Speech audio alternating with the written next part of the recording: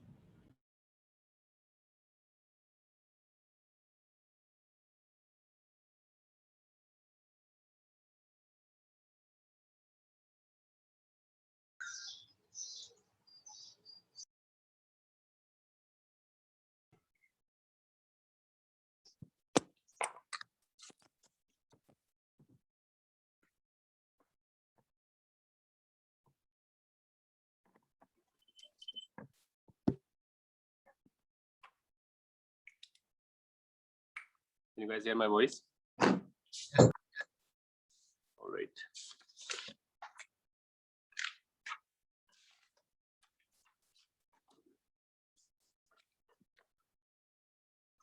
So we were done with thermodynamics, and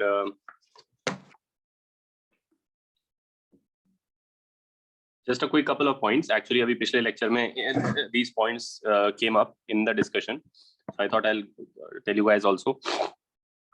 One thing is that yesterday I was explaining how if you take a certain starting state and a certain ending state, and you go via a reversible path, and you also go via an irreversible path, which by the way is not really a path on the PV graph, it's just a representation, because the irreversible process usually will not be representable on the PV graph because there is no well-defined pressure, temperature and volume, but this is just to show that you are going by the, so your change in entropy in the irreversible path and the reversible path will be the same, because entropy is a state function, which is what lets us find the entropy change in the Joule expansion, which is an irreversible process using some other reversible process, right?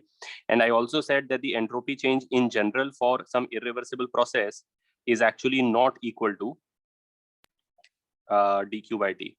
You can't find it that ways.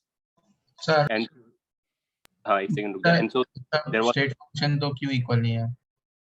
क्या चीज? अगर state function ही है तो equal क्यों नहीं है? अगर state function है तो इक्वल क्यों नहीं है? Yes sir, to integral dq by t. हाँ, वही मैं बता रहा हूँ, वही मैं चीज क्लैरिफाई कर रहा हूँ, क्योंकि कल वाले लेक्चर में उतना क्लैरिटी से मैंने नहीं बोला था. ये दोनों अलग अलग स्टेटमेंट है. और जब हम कहते हैं कि जब तुम इनिशियल और फाइनल स्टेट पिक कर लेते हो, हाँ ओम वही है पॉइंट, जब तुम इनिशियल और फाइनल स्टेट पिक कर लेते हो तो किसी भी पाथ से जाओ सेम एंट्रोपी चेंज आता है. रिवर्सिबल पाथ का जो एंट्रोपी चेंज होता है वो उस पाथ के dq by t के इंटीग्रल के बराबर होता है.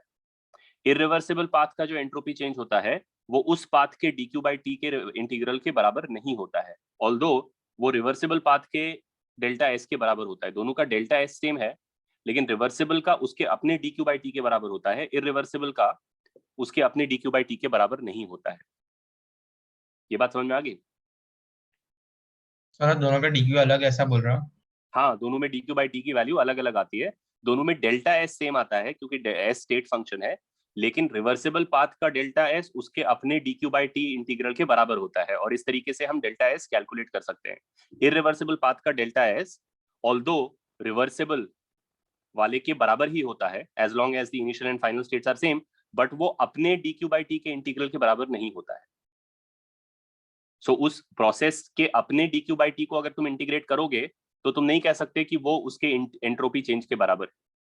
इसीलिए तुम्हें कोई दूसरा रिवर्सिबल प्रोसेस ढूंढना पड़ता है जो उसी इनिशियल से उसी फाइनल स्टेट जा रहा होता है, और फिर उस रिवर्सिबल के लिए तुम इंटीग्रल dq by t निकालते हो जो उसके डेल्टा एस के बराबर होता है, और इररिवर्सिबल का डेल्टा एस भी उतना ही होता है. Is it clear to all of you now? The final temperature in irreversible will be different. Final temperature will be different नहीं, फाइनल टेम्परेचर सेम होगा. ये तो स्टेट पे, ये तो रास्ते में चेंज होता रहता है. dq by t की वैल्यू पूरे टाइम चेंज होती रहती है. समझा, कांस्टेंट नहीं है. हाँ, तो उसका इंटीग्रल बराबर नहीं आता है. उसका इंटीग्रल अपने दोनों का अपना अपना dq by t का इंटीग्रल है. रिवर्सिबल का dq by t का इंटीग्रल उसके एंट्रोपी चेंज के बराबर है. इररिवर्सिबल का dq by t का इंटीग्रल उसके रिवर्सिबल चेंज डेल्टा एस के बराबर नहीं है. Although with the same initial and final states, reversible irreversible her path का डेल्टा एस बराबर ही होता है. हाँ सिद्धांत, you could also say it in this manner that in one case we are comparing systems and in the other we are comparing the processes. So in one case you are saying initial final state fixed है. इससे जो दूसरा point arise होता है which came up in the other discussion today in the previous lecture was that, so we did the Joule expansion. I took an example. I said okay, there is the Joule expansion which is an irreversible process and it takes you from the state PVT to the state P by 2 2VT. You remember? And then we said क्योंकि वो irreversible है तो उसका delta S तो नहीं find कर सकते dq by t करके, लेकिन अगर मैं कोई दूसरा रिवर्सिबल प्रोसेस ढूंढ लूं जो सेम इनिशियल स्टेट से सेम फाइनल स्टेट जाता होगा तो उसका डेल्टा एस कैलकुलेट कर लेंगे उसके अपने dq by t इंटीग्रल से, और फिर बोलेंगे कि यही रिवर्सिबल का डेल्टा एस के बराबर है. And the point is that we did it using the isothermal process, but you can actually take any reversible process. There is no limitation on which other process you can pick. because every process gives you the same delta S. We took the isothermal process because we are going from the state PV to the state P by 2 2V. And in both these states, the temperature is the same. The temperature is the same is something that can be proven by simply looking at what is happening. You are simply removing a piston. Message host को भेजना, co-host को message नहीं भेजना. We are simply removing the piston. तो कोई particle अगर 3 metre पर second का स्पीड से चल रहा था उस तरफ, जब पिस्टन होता था तो वो उसको ठोकता था और इलास्टिकली ठोकता था, तो वो इधर 3 से जाने लगता था. पिस्टन हटा दोगे तो वो ठोके बिना सीधे उधर 3 से जाएगा. यानी पिस्टन हटने से किसी की स्पीड चेंज नहीं हो जाएगी. Instead of going that way with that same speed, they will go in the other side of the chamber. So since the speed of no particle will change by the removal of the piston, therefore the kinetic energy of any particle will not change. And since the average kinetic energy is what is the temperature in the final state and the initial state will be the same in the Joule expansion. And since we know that the temperature is the same and the moles are the same, we were able to understand कि PV से start करेंगे तो 2V जाएंगे तो P by 2 हो जाएगा. तो मैंने जो एग्जांपल दिया as the reversible process of choice, I took the isothermal process because these both points will lie on the isotherm. They have the same temperature.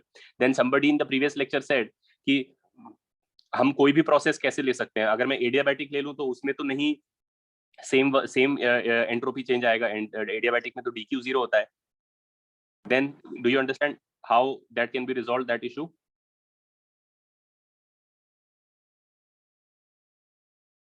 You have the choice of picking anything. I took the isothermal, but you are free to pick any reversible process that connects the same two states. It doesn't have to be the isothermal. Somebody said, why not take the adiabatic? और adiabatic में तो नहीं entropy change same आ रहा है क्योंकि उसमें तो dq ही 0 है.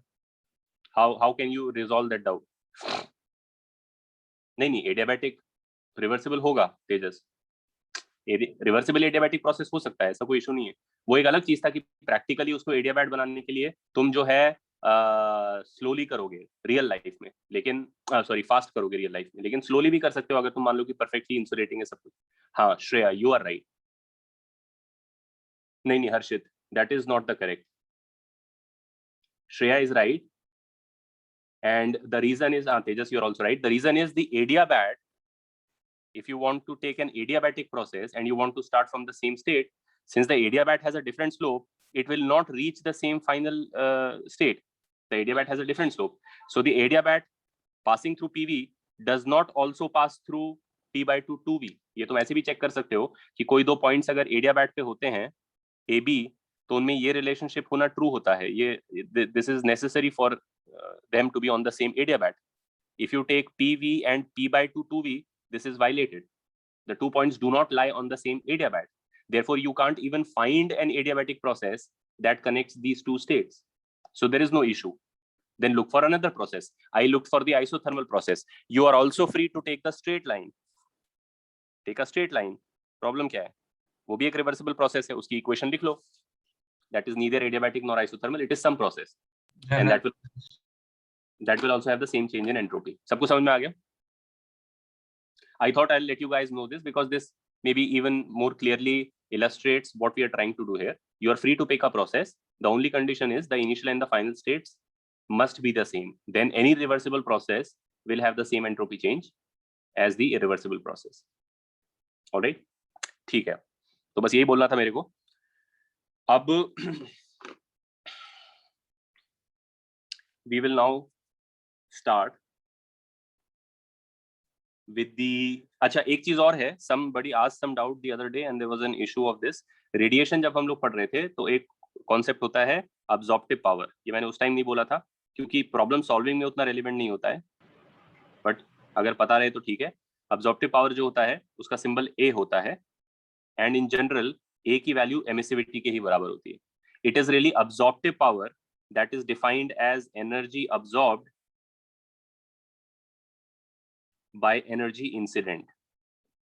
ठीक है. ये एक्चुअली जो मैंने डेफिनेशन E के लिए बताया था ये एक्चुअली A के लिए है, लेकिन A और E की वैल्यू बराबर होती है इसलिए E की वैल्यू भी इतनी होती है. टेक्निकली ये E की डेफिनेशन नहीं है, ये A की डेफिनेशन है. But if there is a problem in which they say what is the absorptive power, you should not be confused. Absorptive power is basically defined as this and its value is equal to the emissivity. Its value is equal to emissivity by what is called Kirchhoff's law. ठीक है, तो किसी problem में आ सकता है, conceptual type problem में आ सकता है, they might say what is the emissivity और is this equal to that और whatever, so that I was reminded of this the other day. All right, so that is this. क्या चीज? Emissivity से equal होगा emissivity sir, वो equal क्यों होगा absorptive power और सकते हैं, इक्वल में कोई इशू नहीं है, I can prove that it is equal because sir temperature same होगा, कांस्टेंट रहेगा तो इक्वल होगा।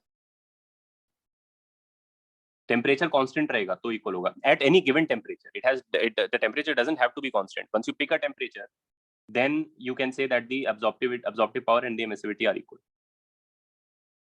ठीक है, all right. So now changing होगा temperature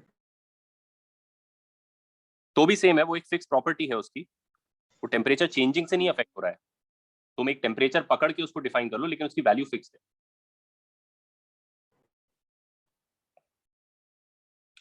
Now we will start with fluid mechanics.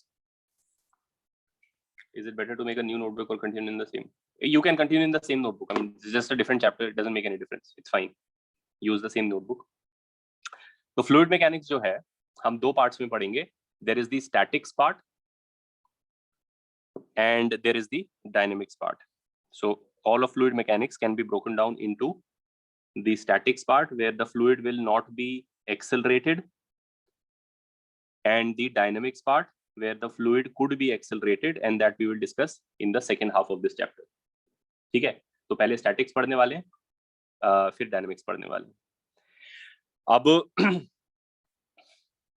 fluid mechanics को पढ़ने के लिए what we have to do is and this will basically give you a good understanding of physical models. So if you remember जब हम लोग solids में conduction start कर रहे थे तो मैंने तुम्हें solid का एक model बताया था जिसमें कि वो spheres हैं, atoms are spheres and they're connected to their neighbor via springs and then you can understand from there how energy will propagate because they are vibrating and so on and so forth. So it's always good to have some kind of a physical model which is a simplified version of the actual thing and therefore it lets you understand what's going on, right? So I'm going to give you a model for a fluid, but again just like with gases, we don't study real gases to begin with, we study idealized gases, we remove a lot of complexity, we make a simpler version of gas. One second, he has to call me while there is a class ongoing. So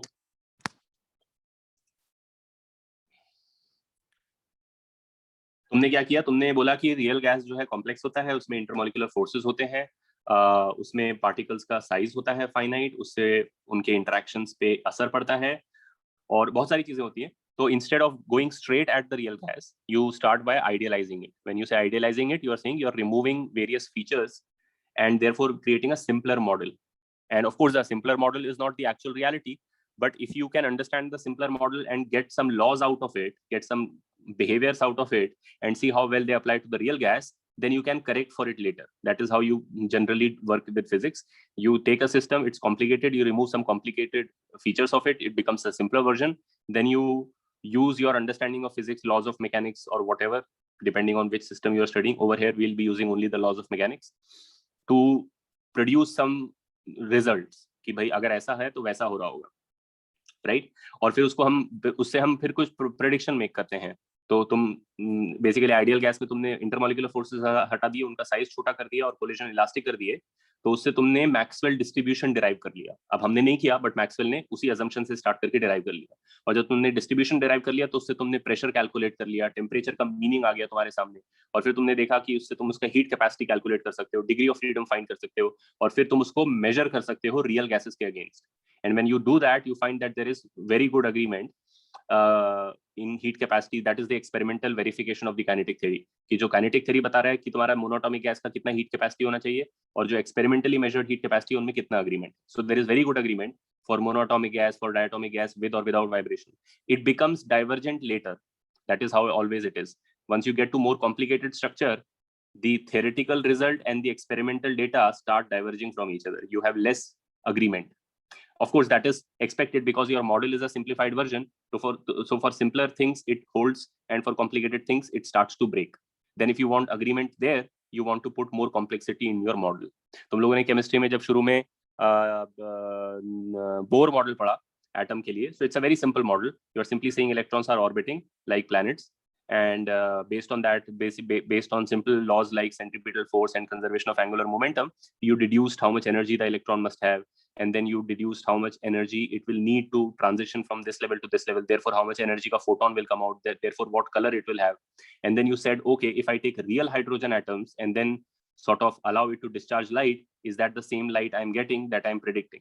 And so you have good agreement for hydrogen for simple atoms, but then you go to like complicated molecules and stuff, and you start seeing that your simple model does not predict the correct thing, right?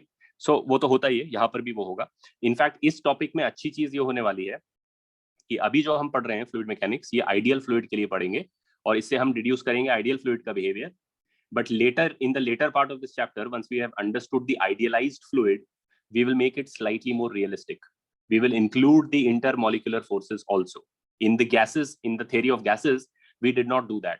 Chemistry में तुम थोड़ा सा पढ़ते हो, introductory level पे van der Waals equation पढ़ते हो, which allows for some intermolecular attraction and so on. But in physics, we don't do that. So physics में हम fluid mechanics में वो वाला procedure देखने वाले, जहाँ पे हम पहले idealized fluid पढ़ेंगे और फिर थोड़ा सा उससे थोड़ा realistic fluid भी पढ़ेंगे. We will allow for intermolecular forces also and see how that changes the behavior, right? So to begin with, what is your idealized fluid or ideal fluid, which is what we are studying for this entire chapter for both statics and dynamics. When there is more complexity later, I will tell you, but till that point we are studying the ideal fluid. Ideal fluid की क्या properties हैं? सबसे important property है, there are no long range forces. This is always a complicating factor, so we are removing that. ठीक है? There are no long range forces. 2, it is incompressible. By the way, not having long range forces automatically removes 2 effects that real fluids have, which by the way we will discuss later. So that is the nice thing about this chapter, but right now we are not. It will remove what is called viscosity, which is a realistic property of liquids. Water has some viscosity, honey has more viscosity. So liquids differ from each other in terms of how viscous they are. That has to do with the molecular forces. And the other property that real liquids have is called surface tension, right? So we will introduce that also later. We will later study what a viscous fluid is like or what surface tension is like, but that's for later. So both of these go out of the window the moment you say no long range forces. ठीक है? Incompressible है, इसका मतलब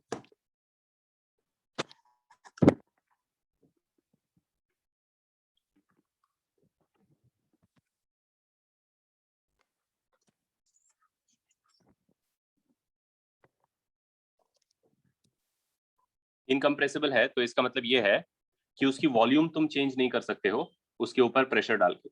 Arya, you could say that we are not discussing the main properties, but we have to start with a simple model. We have to understand some properties. In fact, these are not necessarily the main properties. There are other properties of liquids which we are discussing. Most importantly, pressure, why there is pressure inside a liquid and how it varies with depth and so on and so forth. Then we will introduce these other properties also. So we'll be able to discuss them later only. We'll first study only the simple properties. Incompressible से मेरा मतलब है कि इसमें pressure लगा के तुम इसका volume कम नहीं कर सकते हो. So what I'm saying is, now if you put these 2 things together, and also by the way, the third assumption we are taking is that the flow is irrotational, but that is to do with dynamics. In the statics part, there is no flow. The liquid is not really flowing or going anywhere. So I'm not writing it down. When we come to dynamics, I will state the assumptions once again by including that additional assumption on how the flow can be. ठीक है? मतलब हम जो liquid पढ़ रहे हैं उसमें जब हम flow पढ़ेंगे dynamics में, तो हम ऐसा flow पढ़ेंगे कि liquid हमारा ideal fluid ही है, वो ऐसा जा सकता है. ठीक है? ऐसे ऐसे जा रहा है. It can speed up, it can slow down, it can have a narrower cross section, it can have a wider cross section. So the flow can narrow, it can widen, but it will not allow to, while it is flowing, it will not allow to develop vortexes, what are called little whirlpools, which is another behavior of realistic fluids. अब तुम अपना basin में tap open करके अगर पानी fill कर दोगे और फिर उसका नीचे से वो निकाल दोगे, तो you will see that it will tend to have these little whirlpools. Even if water is flowing somewhere, not in a basin but on, let's say, the road, and there is a little pebble somewhere or a little depression, you will tend to develop little whirlpools. We will not be discussing that. That is complicated behavior. So we will be excluding that when we study dynamics, but that's for later. Abhi ke liye filhal, no long range force. And the liquid is incompressible. तो फिर model क्या होना चाहिए? How do we picturize it? We are picturizing our liquid really like an ideal gas. Ideal gas कैसा था? Ideal gas ये था कि कंटेनर है और उसके अंदर मार्बल्स हैं, maybe very small marbles, and they are zipping around, and they go long distances before they hit somebody else. So there is quite a bit of spacing between neighboring marbles. This is your ideal gas का model. Ideal fluid का जो model है मेरा, वो literally यही model है. बस मैं क्या कह रहा हूं कि इनको जो है फिजिकल कांटेक्ट में रख दो. So if you imagine that you have a box which you have filled up with marbles, so that the marbles are physically touching their neighbors. ठीक है? That is your ideal fluid. ये हो गया मेरा ideal fluid. अब ये छोड़ो कि नीचे क्यों है? नीचे इसलिए क्योंकि ग्रेविटी है. अगर ग्रेविटी नहीं होगी तो ये कहीं भी हो सकते हैं, but they must stay together. Again, I am not saying they are staying together because they are attracted, because we have already excluded long range forces. In reality, they stay together because they are attracted. Over here, they are simply staying together because the container walls are not allowing them to spread apart. अगर तुम container walls खोल दोगे, तो they will not stay together. They will just roll on the table and go away from each other. That is the model of the ideal fluid. ठीक है? तो इसमें कुछ behavior already है of like a somewhat of a real liquid. If you take this and you tilt it, they will sort of pour out of it. If you sort of take it and throw it on the floor, they will roll in all directions. The difference is when you throw water on the floor, as the water starts to go away, it always remains a connected body. I mean, it reaches different regions, but they are all connected to each other. That is because of the long range forces called surface tension. When you throw these guys on the floor, it is totally possible that individual marbles will just simply roll away and go under the couch. That is not the behavior of realistic liquids. But since we have removed that realism, we have to sort of accept that behavior. So it's like a, जैसे games होते हैं, पहले 2-bit 4-bit game होते थे, उनमें कुछ level of realism होता था, लेकिन मोस्टली थोड़ा सा वियर्ड सा डायनामिक होता था. तो अभी हमारा ये उस टाइप का ही है. You are living in some alternate reality where liquids are don't have that feature. Yeah, it's like Minecraft water. Yeah, it's Minecraft water. It doesn't have that realism yet, but that is what we are studying. ठीक है? Okay. So now the first property to discuss here, the first thing to understand about this water, what is the feature? What is the main feature that we could talk about? The main feature of this water is pressure. ठीक है? And let me be more specific, and this is called hydrostatic pressure. So we are talking of the pressure. Hydro is just water. वो जरूरी नहीं है word होना, वो पुराना usage है, क्योंकि पानी के टर्म्स में ही सारे डिस्कशन होते हैं जनरली. बट स्टैटिक है क्योंकि हमारा जो फ्लूइड है वो रेस्ट पर है. तब रेस्ट पर होने के बावजूद, in spite of being at rest, does it have a pressure? Does it apply forces on surfaces? Yes, it does. You all understand that. Even if you forget real water in a swimming pool, if you have been in a swimming pool or in the ocean, you know that if you go deeper, there is more pressure on your body, right? But even if you forget realistic water and take your model, मान लो ये बड़ा सा एक room है जिसमें तुमने खूब सारे पूल बॉल्स डाल दिए या कुछ भी ऑरेंजेस डाल दिए. अब ऑरेंजेस के साथ प्रॉब्लम ये है कि वो रिजिड नहीं है, तो ऑरेंजेस पे अगर तुम बड़ा सा पिस्टन लगा के दबा दोगे तो कंप्रेस हो जाएगा. हमारा लिक्विड इनकम्प्रेसिबल है, तो ये जो स्फीयर्स हैं ये सारे किसी वाइब्रेनियम के बने हुए हैं. ठीक है? शिवानी क्राफ्ट वाटर नहीं कह रहा था मैं, माइनक्राफ्ट वाटर कह रहा था. That's a game, but it's fine. It's just water with no intermolecular forces. All right. So these spheres are hard. You cannot deform them. I mean, if you zoom into this region, you will have a sphere, you will have a sphere, you will have another sphere, and there is no way you can reduce the volume further. That is the meaning of this statement. ठीक है? हाँ, तो तेजस वही है, marbles जो है हमारे वो खुद इनकम्प्रेसिबल है. अब रियलिस्टिक मार्बल्स तो कंप्रेसिबल होते हैं, everything is compressible to some extent, लेकिन यहाँ पे आइडियलाइज्ड मार्बल है ये, तो इसको बिल्कुल ही कंप्रेस नहीं किया जा सकता. इसकी वॉल्यूम का चेंज 0 होता है. ठीक है? So they are touching each other, but you can't further reduce the volume. हाँ, फ्लूइड्स. ओके, फ्लूइड जो है, when I say fluid mechanics, actually what we are really studying here are liquids, क्योंकि fluids जो word होता है वो liquid और gases के लिए होता है, लेकिन गैसेस का स्टडी ऑलरेडी हो चुका है, व्हिच इज कॉल्ड थर्मोडायनामिक्स. तो technically speaking we are only studying liquids here. And the only difference in our ideal liquid and the ideal gas is that while these have spacing, they have no spacing. That's really the only difference. ठीक है? हर्षित वो पूछ रहा है, वो भी एक relevant question है. What is the differentiating factor between an ideal liquid and a solid in terms of interatomic distance? The difference is that you can't make this as a model for a solid, because while these are still free to move about, if you tilt it, the marbles on the top will roll off and fall. That is not the behavior of any solid. So to make this, to convert this into a model for solid, I will have to put those springs also in between. This is not simply going to suffice as a model for solid. Simply based on the fact that they are touching each other, that does not automatically make it a solid, because its shape is still governed by the container. I mean, I can pour these into a taller container and they will simply fill it up. So to make it into a model for a solid, I am going to have to attach them to each other via springs. If I want to make a model for a rigid solid, I'm going to have to attach all marbles to each other via rigid rods. If I want to make a realistic solid, I will have to attach each other via springs. But over here, they are not connected to each other. They are simply in physical contact. That's it. ठीक है? वो जो coffee shop में coffee beans रखे होते हैं, वो जो थोड़े हाई फंडू कॉफी शॉप होते हैं, जहाँ पे they want to show you that they have the beans and they're making it right there for you. The beans are filled up in that thing and then they open and they flow out of it into the coffee machine. That is what our ideal liquid is. Just those beans piled up in that container. ठीक है? चिन्मय, जब हम viscosity पढ़ेंगे तो हम springs नहीं लगाएंगे, क्योंकि उससे तो फिर रिजिड शेप हो जाएगा इसका. But you could say a liquid that is extremely viscous is a solid. I mean, if you make viscosity infinity, you convert a liquid into a solid. So we will not put springs, but we could put like really loose springs. We could imagine that the marbles are magnets and they stick to each other, but you can still pull them apart. That will create a liquid with some viscosity in it or some surface tension in it. We'll come to that later. Let's talk about pressure, and what we are talking about is hydrostatic pressure, right? So first of all, I hope all of you understand that the pressure should increase with depth. ठीक है? Why is the pressure increasing with depth? And you have to understand also that pressure, by the way, is not the same as force. Force is a net vectorial thing which pushes you in one direction or the other direction.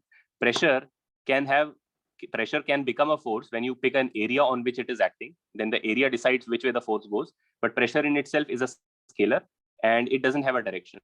So what you really have to sort of intuitively feel here is कि तुमको इसके अंदर डाल दिया जाए, तो अगर तुम इसके अंदर होगे तो एक crushing तुमको हर तरफ से feel होगा. It will not accelerate you in this direction or that direction, but you will have a kind of a crushing effect on you. So the reason, if you go deeper into this, you will be more crushed, is because gravity. First of all, you have to understand that this arises because of gravity. If you remove gravity, then there is no reason why they are piled up here. They could as well, you could just pile them here, you could pile them at the top, you could pile them here. And being inside of it would not be any different an experience. तुम अगर gravity free environment में हो, international space station में, तो सभी float कर रहे हैं, तुम भी float कर रहे हो, marbles भी float कर रहे हैं. अब तुम अपने around marbles को जमा कर दो और अपने आप को cover कर दो marble से, but that will not create a pressure on you. The pressure is being created because everything wants to go down, and then there is a surface which is not letting everybody go down, so things stop, and then other things pile on top of that. And so the pressure at some level is due to the cumulative weight of everything above it. ठीक है? हाँ, ठीक है, Om. I will do my best to not use terms which are like, I will use basic terms and try to define them as I go now. What you also have to understand is pressure is not only exerted at the bottom, but also on the sides. Why is pressure being exerted on the sides? If it's simply the weight, why is there a horizontal effect? Partha वो छोड़ दो, अभी सारे attractive forces छोड़ दो, अभी simply इस model के साथ काम करेंगे. My question is, why is there a force on the sides of the container? No, there are no collisions. In our model, there are no collisions. These things are not moving around. They are simply piled up. जैसे कांदा का trolley भर के लाया, तो side walls पे pressure होगा.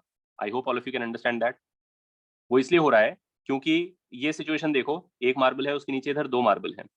इसका नॉर्मल ऐसे लग रहा है और नॉर्मल ऐसे लग रहा है. ये वेट तो इसका नीचे है, लेकिन उसको बैलेंस इसको ऐसे नॉर्मल और ऐसे नॉर्मल से हो रहा है. अगर इसका फ्री बॉडी डायग्राम बनाएंगे तो वो नॉर्मल ये बाय न्यूटन्स थर्ड लॉ इस पे ऐसे और इस पे ऐसे लगाएगा, जिसका एक कंपोनेंट इधर और एक कंपोनेंट इधर होगा. इसलिए इनका टेंडेंसी स्प्लिट होने का है. अगर ये फ्री टेबल पे होते तो ये इधर चला जाता और ये नीचे आ जाता. तुमने वॉल्स लगा दिया है तो ये टेंडेंसी को तुमने कंट्रोल कर लिया है, लेकिन then naturally that normal is experienced by the vertical wall. So even though all of the effect is due to gravity which is downwards, when you confine it, there is a effect on the vertical walls also. A horizontal force also arises due to the pressure. ठीक है, clear so far? So pressure, first of all, due to gravity or weight of everything above. Pressure creates force not only vertical but horizontal force. ये मैं यहां बना देता हूं.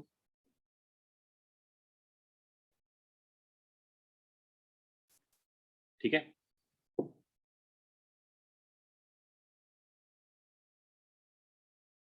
नहीं ओम, ideal gas की डिस्कशन नहीं हो रही, वो बस मैं बता रहा था. आइडियल गैस में तुम्हारे मार्बल्स होते हैं और उनमें स्पेसिंग होती है और वो इधर उधर जा रहे होते हैं. अगर तुम उन सबको रोक दो और बस पाइल कर दो eight the bottom of the container, तो वो आइडियल लिक्विड हो जाएगा. फ्लूइड नहीं है, आइडियल लिक्विड. रोटेशनल फ्लो क्या होता है बुक में लिखा क्या चीज? है रोटेशनल फ्लो. वॉइस क्लियर नहीं है, चैट पे लिख दो. आइडियल फ्लूइड है, but ideal liquid rotational flow. Ideal liquid कर लो, चलो ठीक है. इसको भी तुम लिक्विड मैकेनिक्स कर लो. अब चैप्टर का नाम फ्लूइड मैकेनिक्स है, बट एसेंशियली हम लिक्विड मैकेनिक्स पढ़ रहे हैं. ठीक है, गैसेस हम नहीं पढ़ रहे हैं क्योंकि गैसेस हम पढ़ चुके हैं थर्मोडायनेमिक्स में. तो आई होप ये दोनों कंडीशन तुम लोगों को समझ में आ गया होगा. और and also what you have to understand about pressure is that pressure का डेफिनेशन जो है, pressure is a scalar and it is basically defined as force per unit area. ठीक है, फोर्स वेक्टर है और एरिया भी वेक्टर होता है डायरेक्शनली स्पीकिंग. तो प्रेशर जो है किसी फ्लूइड में, पहले तो फोर्स पर यूनिट एरिया से मीनिंग समझो कि फोर्स पर यूनिट एरिया का क्या मतलब है कि टोटल फोर्स कुछ भी हो सकती है, लेकिन एरिया से डिवाइड होके प्रेशर बनता है वो.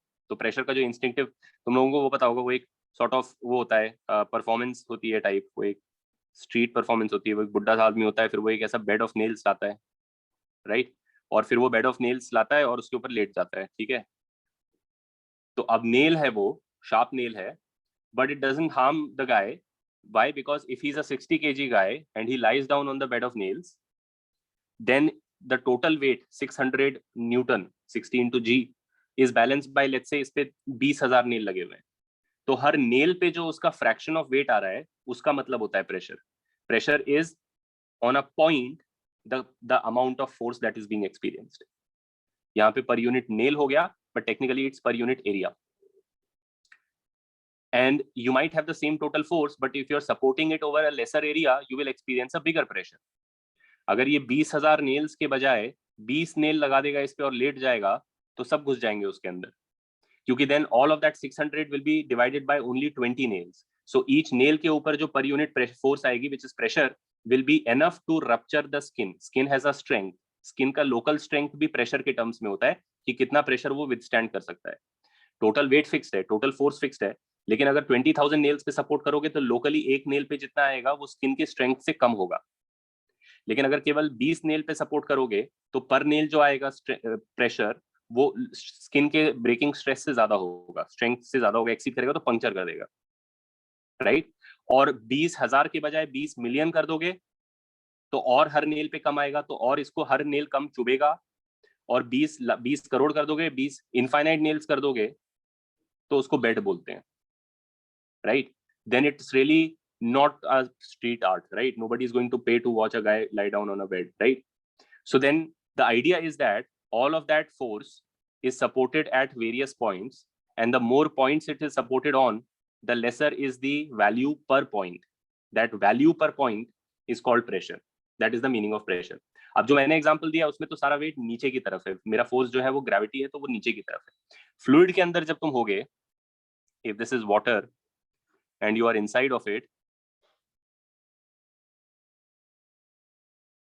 then the pressure per unit will be acting on every point of your body, and it will have a compressive effect.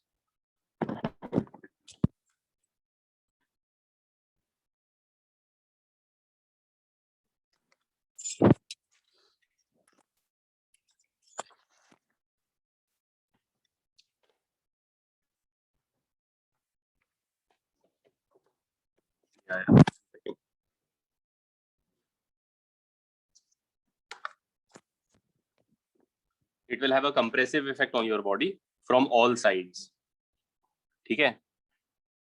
So it's not just acting vertically up or vertically down, it is from all sides on your body. You're getting crushed by the pressure, right? The net force is 0, but the pressure is there. ठीक है?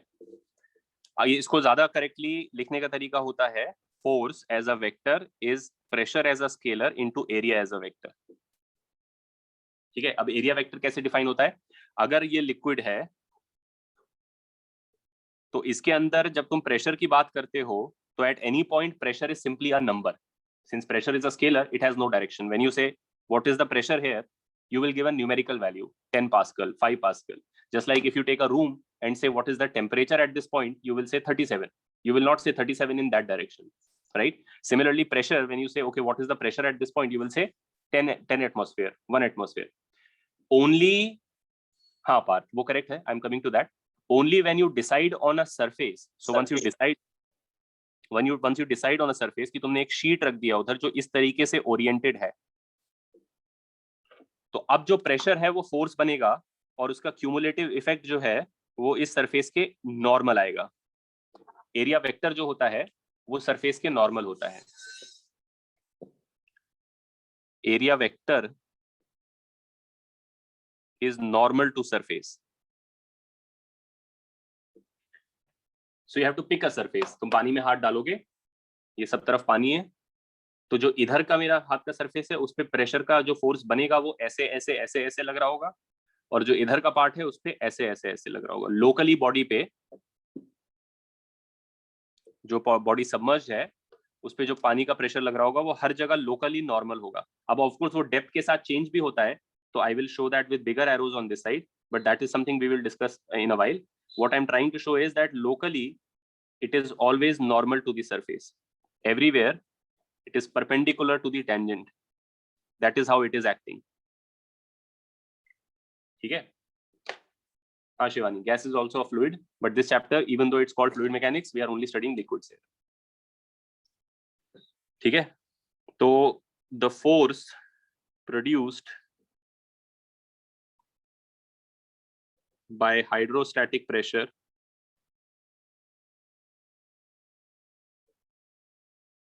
is everywhere normal to local surface. तुम कोई object डाल दो liquid के अंदर, तो उस पे जो फोर्स लगेगा इस प्रेशर के कारण वो हर जगह लोकली सरफेस के नॉर्मल लगेगा, perpendicular to it. Whether or not all of these vectors will add up to produce a net vector in some direction which will cause the body to accelerate is a different issue, one we will discuss now, right? What we are only discussing at this point is pressure का local effect क्या है, वो उस छोटे से area patch पे लगेगा और उसके नॉर्मल एक्ट करेगा. ऑलराइट, अब हम देखेंगे pressure as a function of depth. So you all understand pressure increases with depth and the reason has to do with gravity. Now can we find a mathematical relationship using the assumptions we have already taken? It's an idealized fluid. Can we find pressure as a function of depth? ठीक है, but I hope pressure का meaning सबको समझ में आ गया होगा.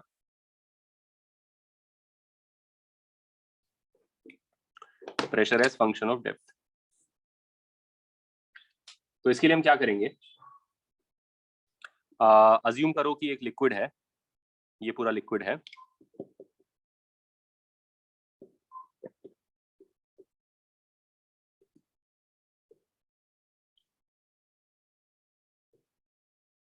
ठीक है.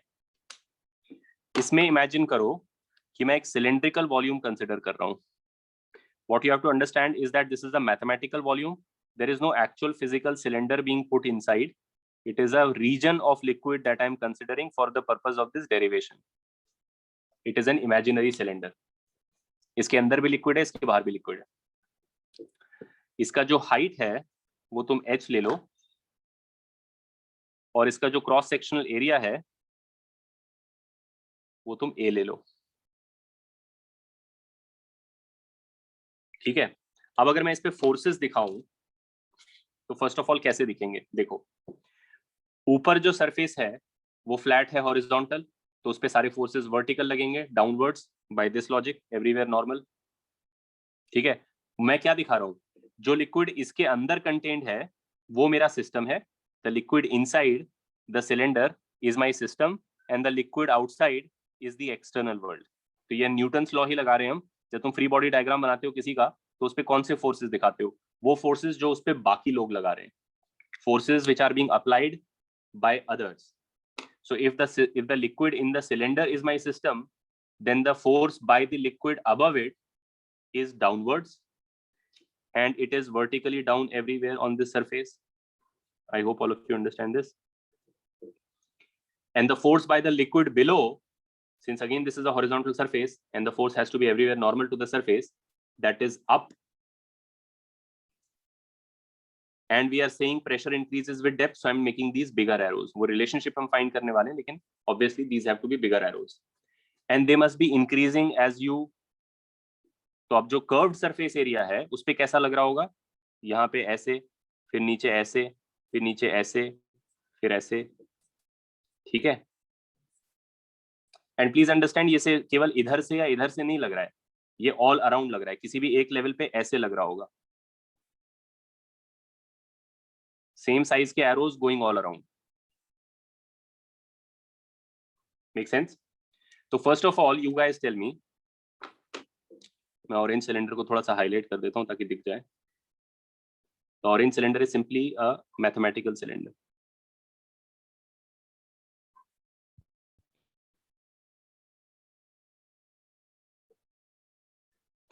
Can you tell me what is the net force on the curved surface of the cylinder?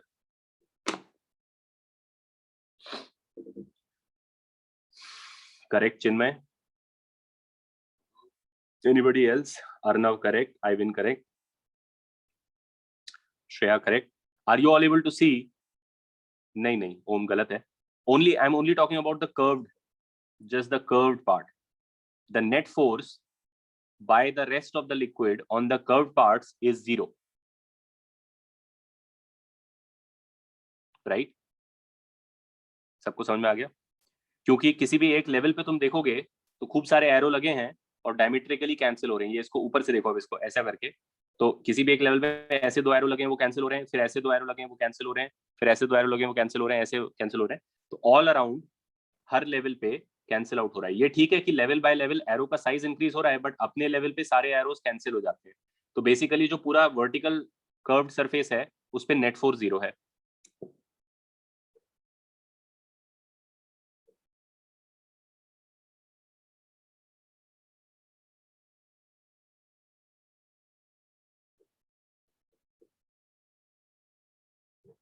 Correct? ऊपर वाले पे कुछ लग रहा है जो नीचे की तरफ है, और नीचे वाले पे कुछ लग रहा है जो ऊपर की तरफ है, और क्योंकि ये ज्यादा है तो net force by the external liquid on the internal liquid is in the upward direction. ठीक है, अब हम अगर इस पे फोर्सेस बैलेंस कर दें, क्योंकि ये तो इक्विलिब्रियम में है, ये तो पानी के अंदर पानी है, ये कहीं जा थोड़ी रहा है। तुमने तो सिलेंडर बनाया मैथमेटिकली, पानी के अंदर पानी तो इक्विलिब्रियम में ही रहेगा। तो अगर मैं इस सिलेंड्रिकल वॉल्यूम ऑफ वाटर का फोर्स बैलेंस करूं तो क्या लिखना पड़ेगा, उसमें क्या क्या फोर्स लगेंगे? ऊपर का प्रेशर, इस लेवल पे जो प्रेशर है वो ले लेते हैं P1, और जो इस लेवल पे प्रेशर है वो ले लेते हैं P2।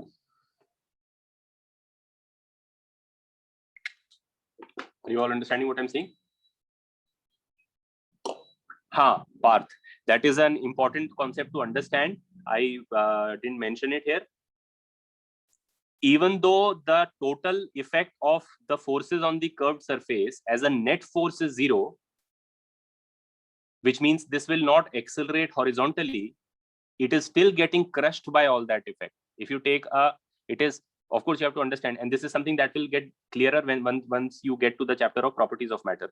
Net force, अभी तक हम न्यूटन्स लॉ पढ़ रहे होते थे, तो उसमें नेट फोर्स में इंटरेस्ट होता था। लेकिन ये जरूरी नहीं है कि अगर नेट फोर्स 0 है तो तुम्हारे ऊपर कोई इफेक्ट नहीं होगा। तो गाड़ी आके ठोकेगा मेरे को और दोनों इक्वल मास और इक्वल स्पीड से आके ठोकेंगे तो नेट फोर्स तो मेरे ऊपर 0 ही होगी, राइट? लेकिन इसका मतलब ये नहीं कि मैं चिल हूं। The only relevant quantity is not net force, I am still going to get crush to death. The only difference is since the net force is 0, I am going to get crush to death right where I am instead of getting crush to death somewhere else, right? So वो बात यहां पर भी है। अगर तुमने एक can ले लिया कोक का और उसको ओशन में नीचे डाल दिया, तो अगर तुमने उसको ओशन में डाल दिया है तो ये ट्रू है कि उस पर नेट हॉरिजॉन्टल फोर्स नहीं लग रहा है, यानी वो इधर और इधर एक्सेलरेट नहीं हो रहा है, लेकिन क्रश वो जरूर हो जाएगा, ठीक है? And in fact you can also understand कि जैसे जैसे तुम डीपर जाओगे, जैसे जैसे तुम डीपर जाओगे इस कैन को लेके, सारे एरोज का साइज बढ़ता होगा।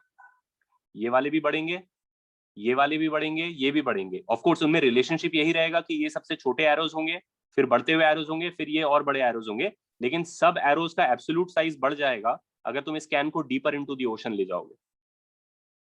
सो at some point the sideways crushing will exceed the strength of the metal of the can and it will get crushed, even though it will still not accelerate horizontally. The net force on it will be 0, but at some depth these arrows will have become so big that the metal cannot sustain, तो metal crush हो जाएगा।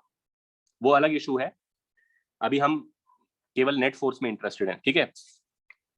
तो मैं इसका free body diagram बना देता हूं quickly, just the free body diagram of the volume of water. तो उस पर क्या फोर्स लग रहा है? ऊपर से नीचे की तरफ उस पर लग रहा है P1A, क्योंकि फोर्स होता है प्रेशर इनटू एरिया। ये है P1A एंड हाँ Arnav correct, also not uniform crushing, नीचे ज्यादा क्रश हो जाएगा, कोन जैसा बन जाएगा, कॉर्नेटो जैसा बन जाएगा। बट ऑफ कोर्स अगर वो बहुत लंबा कैन नहीं है तो बहुत सिग्निफिकेंट डिफरेंस नहीं है ऊपर और नीचे के प्रेशर में। बट हाँ अगर लंबा सा कैन होगा तो नीचे बहुत ज्यादा क्रश हो जाएगा, ऊपर उतना क्रश नहीं होगा, टेपर हो जाएगा वो, ठीक है? Fair enough. और ऊपर की तरफ जो लग रहा है वो है P2A, this is of course bigger than P1A. What other force is acting on this object? This volume of water, what other force, what other external force is acting on it? Its own weight, right? The weight of the water inside. And so for that purpose I have to introduce the density of the liquid rho. This is the density of the liquid. And again you have to understand one fact, the density of the liquid is the same everywhere. Please understand, realistic liquids में ऐसा नहीं होता। Ocean का पानी जो होता है उसकी डेंसिटी नीचे ज्यादा होती है क्योंकि रियल पानी कंप्रेसिबल होता है। हमारा जो लिक्विड है वो आइडियलाइज्ड है, वो इनकंप्रेसिबल है, इसलिए उसकी डेंसिटी डेप्थ पे डिपेंडेंट नहीं है। प्रेशर फिर भी डेप्थ पे डिपेंडेंट है। अगर डेंसिटी यूनिफॉर्म भी है तो भी नीचे प्रेशर ज्यादा होगा क्योंकि ऊपर की चीजों का वेट बढ़ता जाएगा जैसे जैसे तुम नीचे जाओगे। बट नीचे और ऊपर का डेंसिटी में कोई डिफरेंस नहीं है। डेंसिटी, हाँ अगर डेंसिटी वेरिएबल होगा, we will take an example of variable density, then you can integrate also, but at this moment density is uniform ऊपर से नीचे तक। So to find the total mass of water contained inside, I can simply say density into the volume of the thing, right? और जो weight है वो लग रहा होगा नीचे की तरफ, ये weight हो गया इसका। तो for equilibrium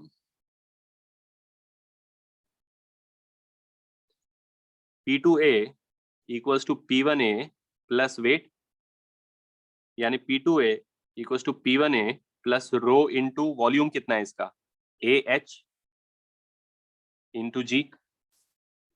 AH वॉल्यूम है, रो डेंसिटी है, तो डेंसिटी इंटू वॉल्यूम मास हो गया और मास इंटू G mg हो गया यानी वेट। अब पूरी इक्वेशन में से A उड़ा दो and you have what you were looking for.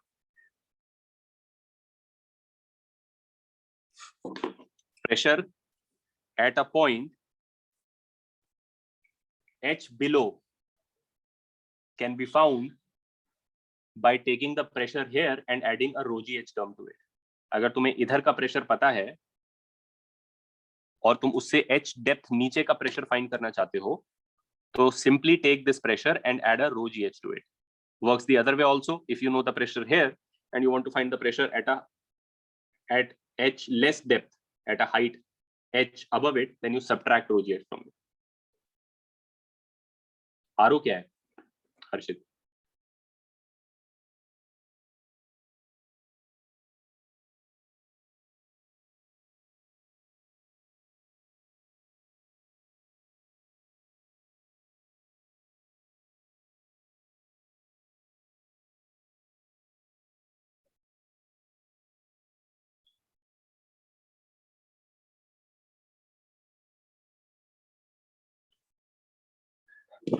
हाँ, rho is the density of the water, cylinder नहीं है एक्चुअली, वो सिलेंडर ऑफ वाटर ही है वो, तो कोई अलग मटेरियल नहीं है उधर में, पानी का ही सिलेंडर है वो, पानी के अंदर ही है। This is the density of the liquid through out.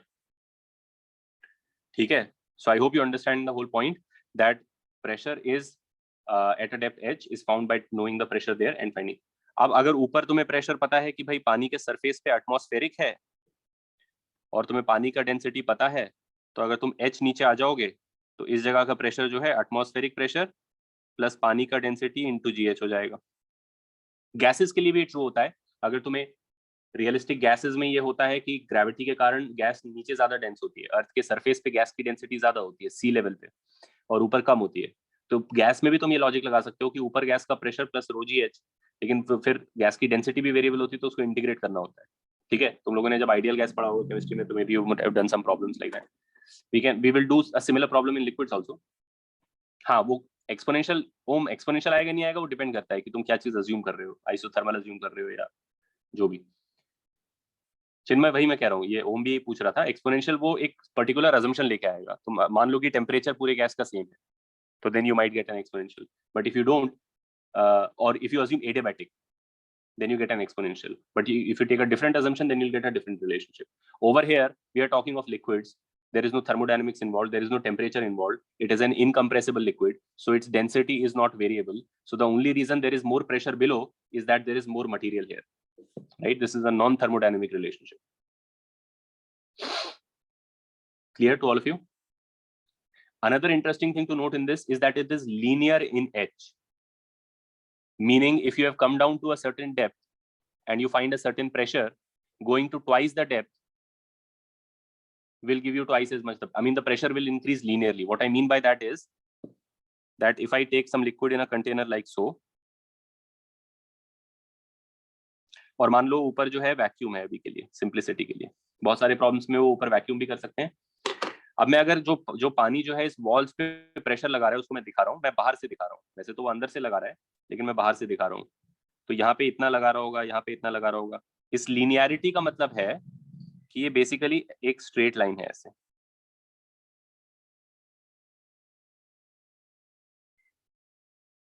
Do you guys understand?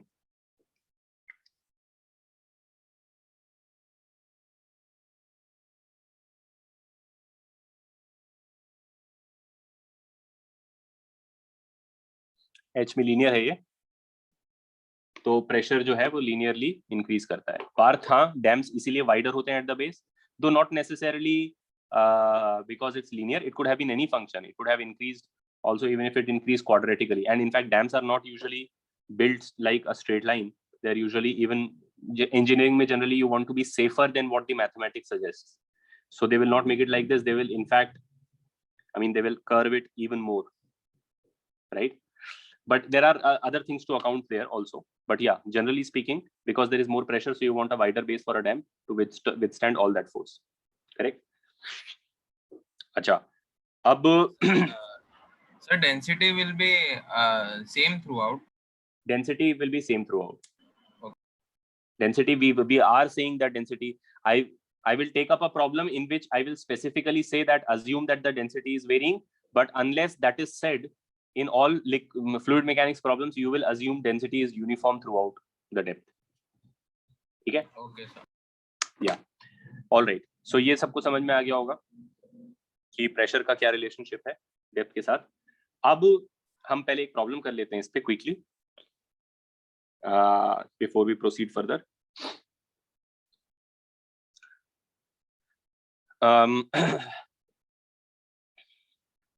The first problem to do is to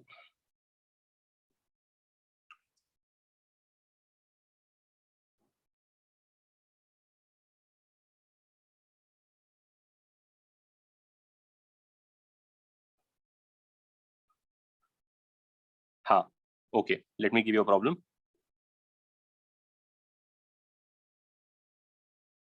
नहीं, density of a particular material is not same, it depends on the external pressures on the body. पानी जो है उसका density variable होता है ocean में depth के साथ, क्योंकि उस पानी पे खुद के वेट का प्रेशर पड़ रहा होता है, और पानी क्योंकि कंप्रेसिबल होता है, पानी के मॉलिक्यूल्स में एक्चुअली सिग्निफिकेंट स्पेसिंग होती है, तो जब उनके ऊपर ज्यादा वेट आ जाता है तो वो स्पेसिंग कम हो जाती है, क्योंकि इलेक्ट्रिकल रिपल्शन है, उसको ओवरकम किया जा सकता है वेट से। तो जितना वेट ऊपर आ जाएगा उतना वो सॉर्ट ऑफ स्प्रिंग दब जाएगा उसका, तो नीचे का पानी ज्यादा डेंस होगा और ऊपर का पानी कम डेंस होगा। तो रियल assume करते हैं। क्या चीज, वो हम इग्नोर कर रहे हैं। हाँ, ओके वो हम इग्नोर कर रहे हैं। गैसेस में भी होता है ओम, जो तुम पूछ रहे हो कि गैसेस में भी डेंसिटी वेरी करती है। हाँ बिल्कुल वेरी करती है। ऑक्सीजन का जो डेंसिटी है सी लेवल पे वो ज्यादा है, और लद्दाख में जो है वो कम है, क्योंकि वेट पड़ रहा है उसी गैस का। अब गैसेस में जनरली वेरिएशन उतना स्ट्रांग नहीं होता, क्योंकि गैस का खुद का वेट बहुत कम होता है, लिक्विड का वेट बहुत ज्यादा होता है। तुम खुद ही इमेजिन करो कि गैस की डेंसिटी या एयर की डेंसिटी जो है वो पानी की डेंसिटी के 1000 होती है, राइट?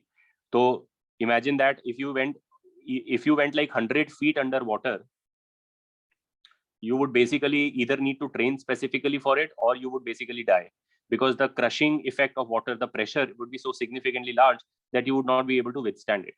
10 मीटर नीचे पानी में जाके ही काफी प्रेशर आ जाता है, कान वान पे पता चलने लगता है। Then you have to specially let out air. And scuba diving अगर तुम कभी करोगे या किया होगा, then you know the deeper you go the more, I mean with every foot you go it becomes a noticeable increase in pressure, and so you have to sort of get used to it.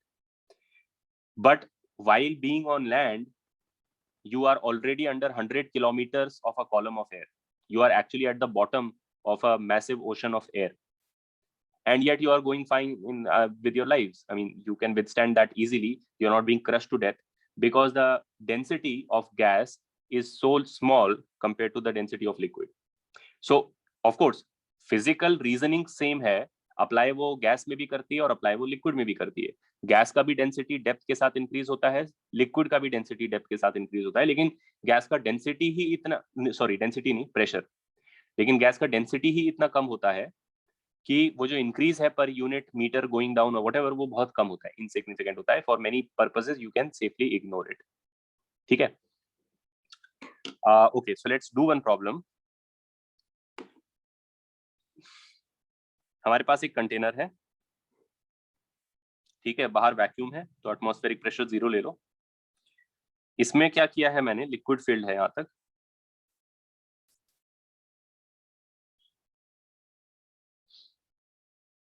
एक कोन मैंने लिया जो इसमें डाल दिया। ठीक है, ये सॉलिड कोन है, मान लो लकड़ी का कोन है।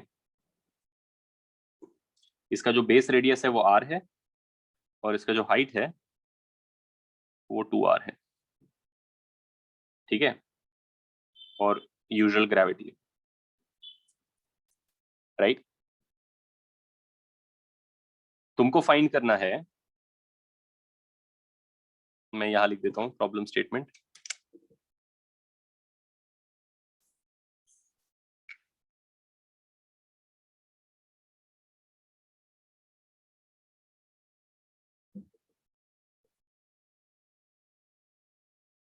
लिक्विड का डेंसिटी रो है,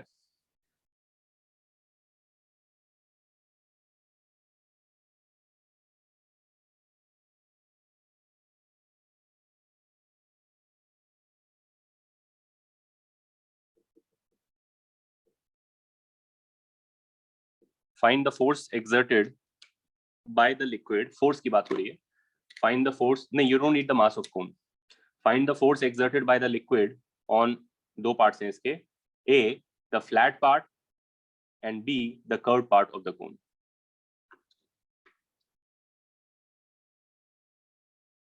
अब एक्चुअली क्या है, फ्लैट पार्ट का बहुत आंसर आसान है, तुम इजीली आंसर कर सकते हो। कर्व पार्ट का इजी नहीं है, और अगर तुम उसको ब्रूट फोर्स करोगे तो इंटीग्रेशन इन्वॉल्व होगा उसमें, वो भी कर सकते हैं। And in fact after this we will learn how to integrate, but actually there is a clever way to find that without integrating.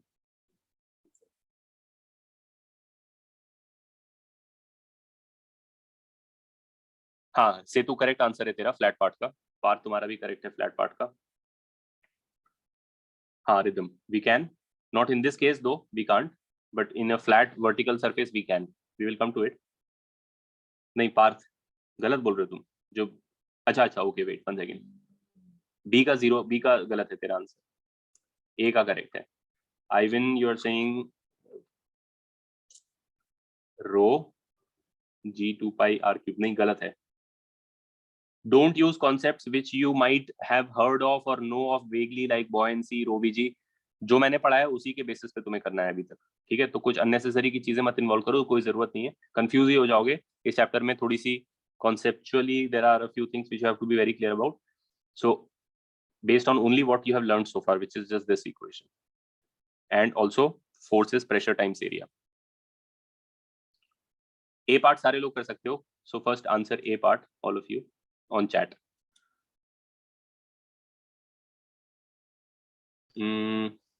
Sir पानी के ऊपर एटमॉस्फेरिक प्रेशर लेना है, रेफरेंस के लिए 0 लेना है। 0 ले लो, मैंने यहाँ लिखा हुआ है। Right, sorry sir. तुम लोग जब आंसर लिख रहे हो ना तो लिख दो आगे कि A का लिख रहे हो B का लिख रहे हो, because you're just sending and I can't see in so many answers कि कौन से पार्ट का लिख रहे हो। So when you're writing your answer on chat, please put A और B in front. नहीं ओम, गलत है तेरा A का।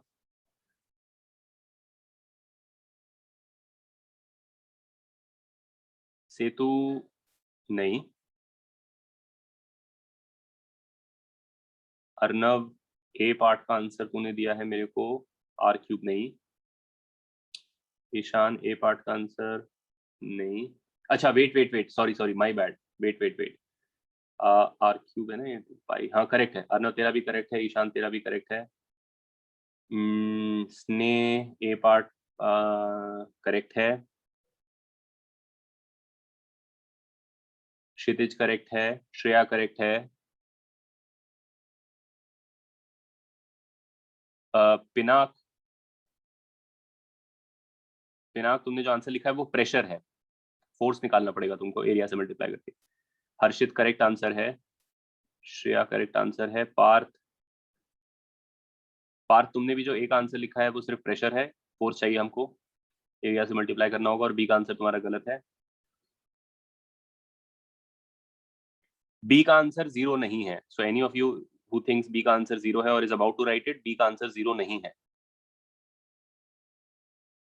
बी का आंसर सिलेंडर के केस में 0 था क्योंकि उसके वॉल्स वर्टिकल थे। कोन के वॉल्स वर्टिकल नहीं है, इसीलिए इस पार्ट का आंसर जो इधर फोर्स लग रही है नेट, वो 0 नहीं होगी। ठीक है, think about it, first convince yourself that it is not 0। हाँ नहीं, मैं बस 0 क्योंकि बहुत सारे 0 लिख रहे हैं तो इसलिए मैं बता रहा हूँ कि 0 आंसर नहीं है बी पार्ट का। तो एंगल क्या है ऊपर का, और फिर से वो बोल। बोन का टॉप एंगल क्या है? सर वॉइस क्लियर नहीं आ रहा है, चैट पे लिख दो जो भी वो डाउट। पूछ रहा है कौन का टॉप एंगल क्या नहीं सर, चलेगा सर, मिल गया। उसका टॉप एंगल की क्या जरूरत है, 2R और R तो दिया ही। Sir do we have to send on नहीं चिन्मय वही मैं बता रहा हूँ। Please don't think that you need to use something which I have not talked about so far. There is no need for buoyant force, there is no, you are learning concepts one after the other and you are using at any point. I am only giving you a problem which can be done based on what I have said so far. Okay, पीछे की कोई जानकारी, anything you might know about fluids, it would be better that you forget it right now. Sir do we have to send on host और co-host? Host पे भेजो, कोई buoyant force, कोई unnecessary चीजों की जरूरत नहीं है, ठीक है? सर पार्डन, होस्ट पे send it to host. Harbinger 20. Why is there a 20 there? Or did you do a typo? Miraj correct answer है ए का। एकांश ये क्या है, रूट के अंदर 5 है, नहीं करेक्ट नहीं है। सेतु तेरा बी का आंसर है, नहीं करेक्ट नहीं है।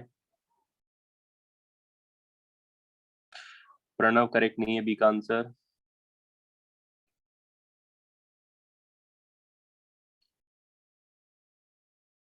तुम लोगों का जिसका रूट 5 आ रहा है, आई एम फीलिंग तुम लोगों ने हाइपोटेन्यूज का लेंथ निकाल लिया है, उसी से रूट 5 आया होगा, और फिर तुम कर्व्ड एरिया टाइप निकाल के कुछ कर रहे हो उससे मल्टीप्लाई, वो करेक्ट नहीं है।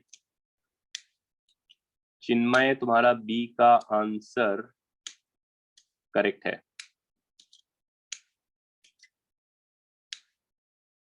अमेया 15 नहीं, गलत है बी का आंसर। कुने गलत है। रूट 5 वाला जिसका भी है गलत है, जिसमें भी रूट 5 किसी का आ रहा है गलत है। तनीसी ए का 0 गलत है, बी का भी गलत है। आर्या कौन सा आंसर है ये, ए और बी? ओम करेक्ट आंसर है ए का। भव्या करेक्ट आंसर है ए का।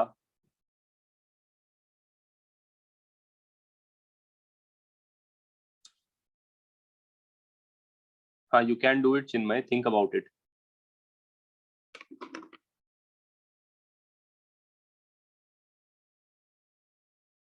ओम 20 कैसे आ रहा है? 20 कहाँ से आ गया? 2 आएगा ना, तेरे को ही बोल रहा हूँ। T167 ओम।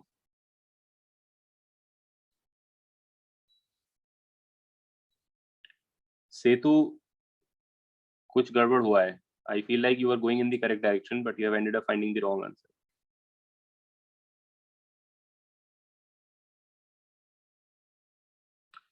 पुणे ए का करेक्ट आंसर है।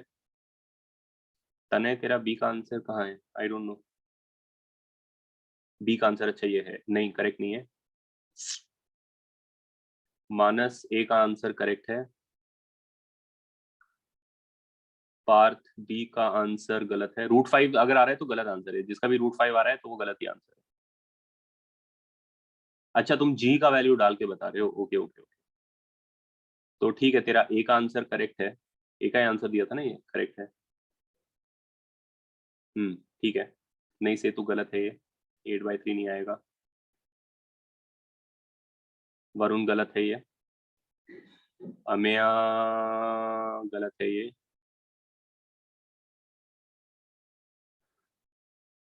Should I solve it? Should I solve the A part now and then give you an B मत करो। A कर देता हूँ, B के लिए तुम लोग और टाइम ले लो, 2-3 मिनट, 1-2 मिनट। A पार्ट तो सिंपल है। हमें उस डेप्थ पे प्रेशर निकालना है और फिर उसको उस एरिया से मल्टीप्लाई। नहीं तेजस, गलत है। B पार्ट का आंसर तेरा गलत है। A पार्ट के लिए मेरे को क्या करना है कि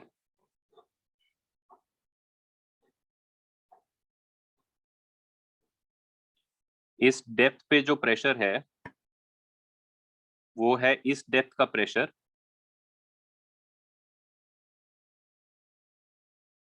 प्लस ρg इंटू 2r, क्योंकि ये 2r है।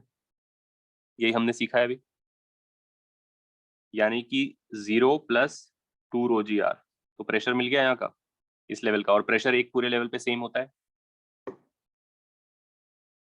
Pressure at any level is the same. How do you know pressure at any level is the same? By the way, pressure is not the same between two vertically separated points, but pressure is the same between two horizontally separated points. 2 points which are in the same horizontal line have the same pressure.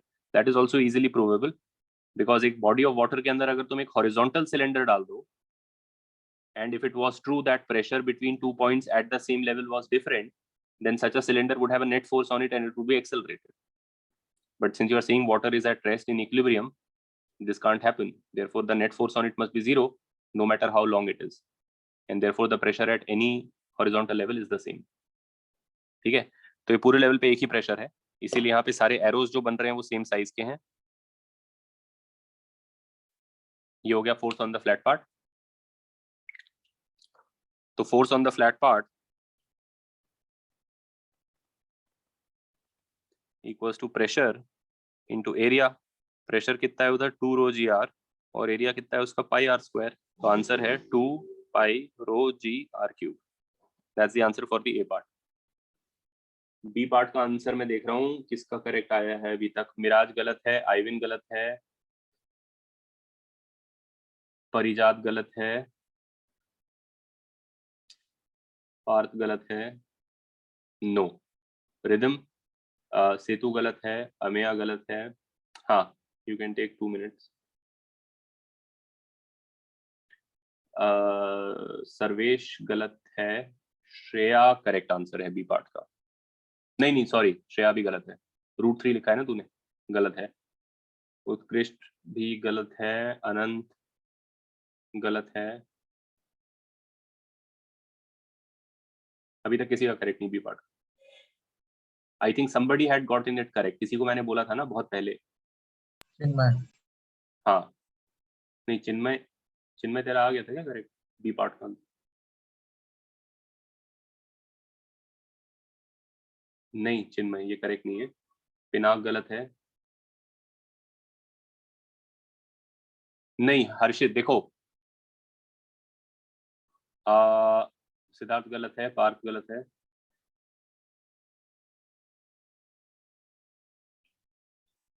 Tejas dimensionally तो same ही होंगे ए और B parts ना, force ही है वो। नहीं श्रेया गलत है, अवनीश गलत है। हर्षित तुम ये पूछ रहे हो, नहीं श्रेया एस गलत है। हाँ चिन्मय, ये है बी पार्ट का आंसर, करेक्ट है। 2 चिन्मय है क्या? ओ ओके, हाँ B57 चिन्मय करेक्ट आंसर है, A56 चिन्मय गलत आंसर है। सेतु करेक्ट आंसर है, Setu also has the correct answer. Harshit ये पूछ रहा है, and let me address this doubt also because it's a relevant doubt, कि क्या ये कोन इक्विलिब्रियम में है? Is the net force on the cone zero? Because what he is probably trying to do is to say कि अगर पूरे कोन पे force net zero है तो मुझे ये पता चल चुका है, तो मैं कुछ फोर्स बैलेंसिंग टाइप करूंगा। What you are forgetting, Harshit, is that you don't know the mass of the cone, and gravity is also a force acting on the cone. So even if you wanted to make the free body diagram of the cone and thereby find the other force by deducing it from the rest of the forces, there is another force missing, which is the weight of the cone. Cone steel का बना है, लकड़ी का बना है, ये सब पता नहीं है, केवल उसके dimensions पता है, तो उसका weight नहीं पता है। तो कोन के इक्विलिब्रियम से तुम ये अननोन फोर्स नहीं निकाल पाओगे, क्योंकि इसका weight is also another unknown force.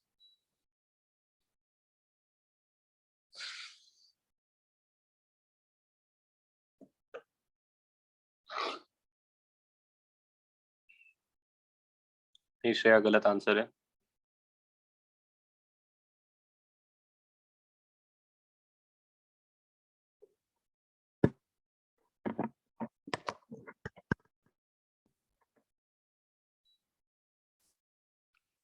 Apex angle तो दिया ही है, क्योंकि हाइट दिया और बेस का दिया है, तो निकाल ही सकते हो तुम। tan theta, cos theta, sin theta सब दिया है। अगर कोन का हाइट और बेस दिया है तो एपेक्स एंगल ऑटोमेटिकली नोन है, या फिर एपेक्स एंगल दिया और बेस दिया हो, मतलब one of the two things, then you know the entire thing. Parijat correct answer है तुम्हारा बी पार्ट का।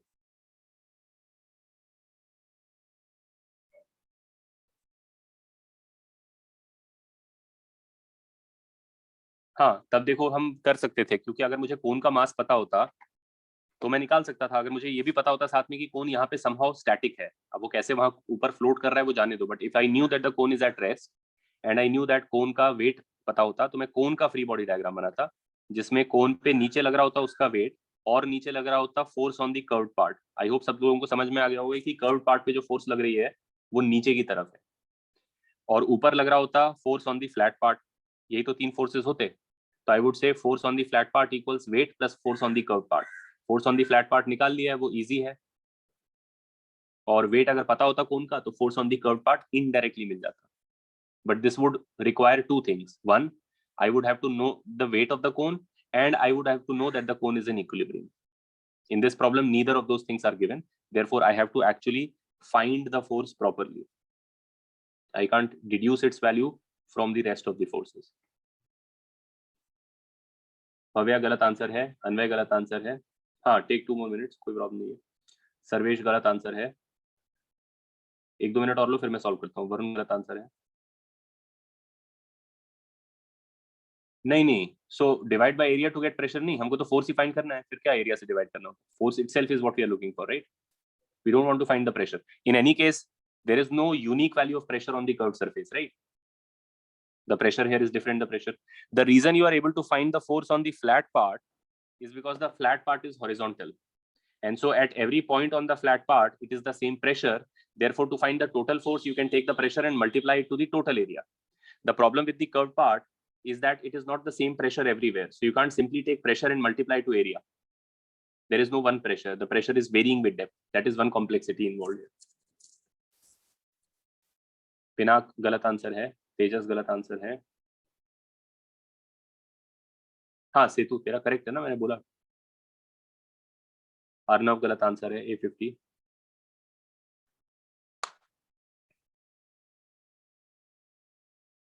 अभी तक 3 लोग का करेक्ट आया है, सेतु का, परिजात का और किसका आया था? चिन्मय का। B57 Chinmay.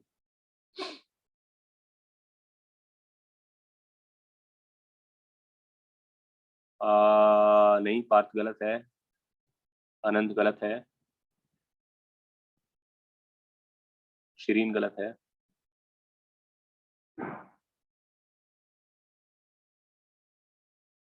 आर की पावर 4, आर की पावर 6, आर की पावर 2 ये सब आ रहा है तुम लोगों का, तो वैसे ही गलत होना चाहिए। डिमेंशनली तुम लोगों ने कुछ एरर कर दिया। डिमेंशन तो यही आएगा ना, फोर्स का डिमेंशन तो फोर्स ही होगा। एकांश गलत है, अवनीश गलत है।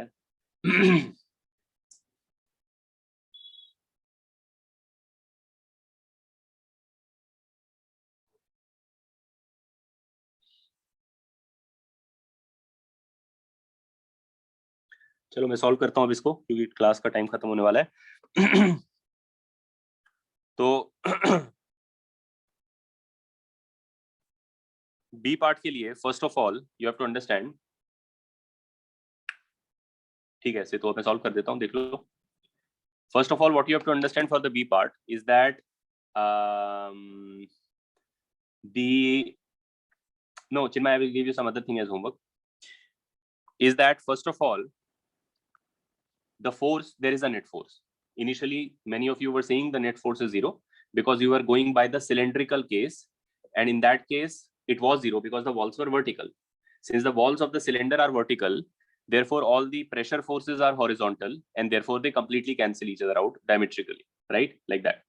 But cone के जो walls हैं, नहीं तेजस करेक्ट नहीं, कोन के जो वॉल्स हैं वो टिल्टेड हैं। अब जब तुम कोन को पकड़ोगे ऐसा करके और किसी भी एक जगह पे देखोगे तो ऑफ कोर्स क्या हो रहा है कि यहाँ पे ऐसा फोर्स लग रहा है, यहाँ पे ऐसा लग रहा है, ये बढ़ रहा है प्रेशर डेप्थ के साथ। But also at any one level the diametrically opposite force is not completely opposite to this force. I mean of course ये दो नहीं है, ये ऑल अराउंड लग रहे हैं, ऐसे क्राउन की तरह है इस पे, लेकिन ये दोनों इक्वली अपोजिट नहीं है। इनके हॉरिजॉन्टल्स कैंसिल हो जाएंगे लेकिन इनके वर्टिकल्स एक्चुअली एड अप करेंगे, they are in the same direction. तो किसी भी एक लेवल पे जो सारे वेक्टर्स लग रहे हैं उनका नेट नीचे की तरफ है। इसी तरीके से सारे लेवल्स पे जो लग रहे हैं उन सबका नेट, हर लेवल पे रिंग बना दो और उस रिंग पे डाउनवर्ड फोर्स है, रिंग पे डाउनवर्ड फोर्स है, तो net curve force, curve surface पे जो पानी का फोर्स है वो downward direction. So it's a net non zero force. नहीं, कांच करेक्ट नहीं है, श्रिया करेक्ट नहीं है।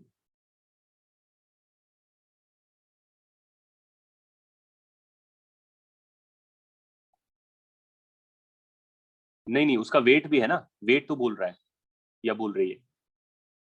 इक्विलिब्रियम भी कंसीडर करने के लिए सिर्फ एफ फ्लैट और एफ कर्व नहीं चाहिए, वेट भी चाहिए। श्रेया करेक्ट नहीं है, ठीक है, ये सबको समझ में आ गया। So all the verticals will add up all around the cone, all around a level the verticals will add up downward downward downward downward. नीचे वाले लेवल पे भी they will be bigger but they will all be acting downward downward. So all of these will add up. One way to do this problem is to integrate, क्योंकि pressure variable है तो automatically integration का problem है। अब वो थोड़ा सा pens taking है, तुम्हें कोन में ऊपर से y आके नीचे dy का एक रिंग कट करना होगा, फिर रिंग पे तुम y के टर्म्स में प्रेशर निकाल सकते हो और फिर उसको निकाल के उसको एरिया ऑफ रिंग से मल्टीप्लाई करके फोर्स निकाल सकते हो, उनका वर्टिकल कंपोनेंट साइन थीटा, और फिर उसको y से लेकर 0 से लेकर 2r तक इंटीग्रेट कर सकते हो।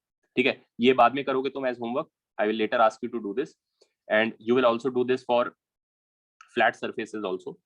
But there is a cleverer way of doing this problem, and that is actually more conceptual, which is something you have to understand. If you consider, नहीं अनवे करेक्ट नहीं है, फिर आप करेक्ट नहीं है। If you consider कि जो पानी इस कोन के सरफेस के ऊपर बैठा है, यानी अगर मैं बेसिकली एक इमेजिन करो, एक सिलेंड्रिकल पाइप ले लो और उसको घुसा दो, और सिलेंड्रिकल पाइप लेके ऐसा सिलेंड्रिकल पाइप लो जिसका खुद का रेडियस r हो। ठीक है, मान लो तुमने एक पाइप लिया जिसका रेडियस r है और उसको इसमें डाला, ठीक है, तो वो मार्बल्स को हटाता हटाता अंदर घुसेगा, जैसा वो राइस के अंदर वो डालता है राइस निकालने के लिए, सम गाय पुट्स दैट कप और व्हाटएवर। तो ऐसा तुम पाइप इसमें डालोगे और वो पाइप इसमें नीचे नीचे नीचे जाएगा और कुछ मार्बल्स उसके अंदर आ जाएंगे, बाकी उसके बाहर रह जाएंगे। तो ऐसे ऐसे करते करते वो पाइप नीचे जाएगा till it makes contact with the base of the cone, after which point it won't go because it has the same radius as the cone. तुम लोग समझ रहे हो मैं जो बोल रहा हूँ? ऐसा करके पाइप तुमने अंदर डाल दिया इसमें। अब पाइप के अंदर जो मार्बल्स ट्रैप हो गए हैं, ये वाले, ये सारे जो मार्बल्स हैं, क्योंकि हमारा आइडियल फ्लूइड है, तो जो वॉल्स हैं पाइप के, उन पे ये मार्बल्स कैसे फोर्स लगाते हैं? हॉरिजॉन्टल। कोई वर्टिकल फोर्स तो नहीं लगा रहे। There is no, I mean, a marble in contact with a smooth wall can only apply a normal on it like this. It can't apply some force like this, friction या कुछ, क्योंकि कोई और long range forces हमने allow किए नहीं. There is no friction force. So the marble is only pushing the walls. So therefore the walls are also pushing the marbles back. यानी pipe के जो walls हैं, उनके कारण marbles पे जो force हैं वो horizontal है. तो कोई vertical force नहीं है, ऊपर से atmosphere नहीं है, लेकिन मार्बल्स का अपना वेट तो वर्टिकल फोर्स है, और ये मार्बल्स तो इक्विलिब्रियम में है, तो इनके वर्टिकल वेट को कौन सा दूसरा वर्टिकल फोर्स बैलेंस कर रहा हो? buoyant force. नहीं, बॉयंट फोर्स कहां से आ गया? Don't use terms which are not. या और दूसरे तरीके से मैं पूछता हूं, ये सारे मार्बल्स का वेट कौन से सरफेस पे सपोर्टेड है? Pressure by the cone surface. कोन का जो कर्व्ड सरफेस है, ये जो सारे मार्बल्स हैं इधर, उनका सारा वेट जो है कोन के कर्व्ड सरफेस पे आ रहा है, राइट? हाँ sir. And that is the force by water on the cone curved surface. It is simply the weight of this liquid. तुम लोग समझ गए मैं क्या कह रहा हूं? कोई है जिसको इसको लेके अभी कंफ्यूजन है? क्योंकि तुम्हारा आइडियल फ्लूइड, ये जो पाइप मैंने डाला था ना, ये केवल विजुअलाइजेशन पर्पस के लिए था. अब तुम पाइप को एब्स्ट्रैक्ट आउट कर दो, पाइप नहीं है उधर. Consider only the marbles that are right above the cone up till the water surface. ठीक है? तो इन सारे मार्बल्स का वेट जो है कौन उठा रहा है? कोन का कर्व्ड सरफेस ही उठा रहा है, क्योंकि इनका वेट को कोई भी साइड का लिक्विड नहीं उठा सकता. हमारा जो आइडियल लिक्विड है, उसमें तुम इमेजिन करो कि तुम्हारा जो आइडियल लिक्विड है, उसमें बाजू वाला तुम पर जो फोर्स लगा सकता है वो केवल हॉरिजॉन्टल फोर्स लगा सकता है, because everything is a normal force. बाजू वाला तुम्हारे ऊपर कोई वर्टिकल फोर्स नहीं लगा सकता. तो अगर बाजू वाला मार्बल तुम्हारे ऊपर कोई वर्टिकल फोर्स नहीं लगा सकता, तो वो तुम्हारे वेट को बैलेंस नहीं कर सकता. तो तुम्हारा वेट, अगर वॉल्स तुम एक कमरे में डाल दिया जाए, ठीक है, तो इमेजिन करो एक कमरे में डाल दिया जाए तुमको, maybe this will help, right? You are in some video game in which you are in some well, ठीक है, और वेल जो है उसके वॉल्स परफेक्टली स्मूथ है, तो अपने हाथों से रीच कर सकते हो दोनों तरफ के वॉल्स को, लेकिन वो परफेक्टली स्मूथ है. अचानक से वेल का बॉटम खुल जाए और नीचे फायर हो, अगर वॉल्स पे फ्रिक्शन है तो तुम अपने हाथ उधर डाल के उसको फंसा के अपने आप को नीचे फायर में जाने से रोक सकते हो. लेकिन अगर वॉल्स कंप्लीटली स्मूथ हैं तो you are going in the fire, right? Same in marbles के साथ हो रहा है, क्योंकि ये बाजू के मार्बल्स पे अपना वेट नहीं डाल सकते. They can push them away, but they can't use them for balancing their weight. All of their weight has to go where? Down on the curved surface of the cone. Therefore, the force by the liquid on the curved surface is simply the weight of the liquid above it. अगर तुम ये वाले liquid का free body diagram बनाओगे, इसका FBD बनाओगे, तो उस पे क्या क्या फोर्स दिखाओगे? इसका वेट और balanced by what other force acts on it, what other vertical force acts on it. बाजू वाला लिक्विड तो केवल हॉरिजॉन्टल फोर्स लगाता है, वो तो नहीं बैलेंस करेगा इसके वेट को. तो ऊपर क्या फोर्स लग रहा होगा? ऊपर लग रहा होगा F कर्व्ड. तुम लोग समझ गए? ये वही F कर्व्ड है जो कोन के फ्री बॉडी डायग्राम में नीचे लग रहा है, तो वो पानी के फ्री बॉडी डायग्राम में ऊपर लगेगा by Newton's third law. Are you all following what I am saying है? अभी किसी को कोई कंफ्यूजन है इसमें? Therefore, by the equilibrium of the water above the cone, F curved is simply the weight of water above the cone. What is the weight of water above the cone? Density of water into volume of water above the cone. What is the volume of water? Volume of the cylinder minus the volume of the cone. Cylinder का volume कितना है? Pi r square into 2r.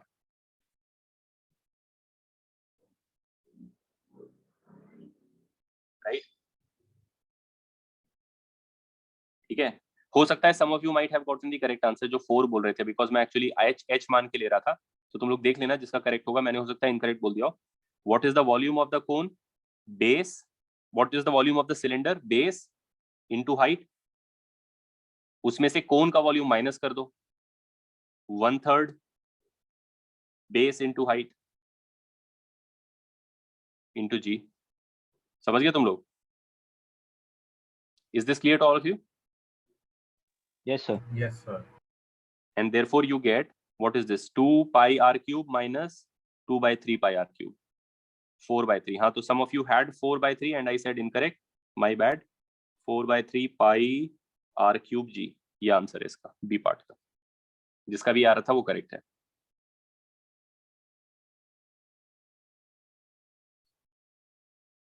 Conceptually सबको समझ में आ गया? किसी को कोई अभी भी डाउट है? हमने क्या किया, हमने ऊपर जो पानी है उसके इक्विलिब्रियम को एक्सप्लॉइट किया कि वो पानी जो है सारा का सारा वेट उसका बैलेंस हो रहा है कोन के कर्व सरफेस से। ओम जो तो पूछ रहा है why is the flat surface not helping, because that water is not in contact with the flat surface of the cone, this is a solid cone. What does this water have to do with the flat surface of the cone? All of its weight is coming on to the curved surface of the cone.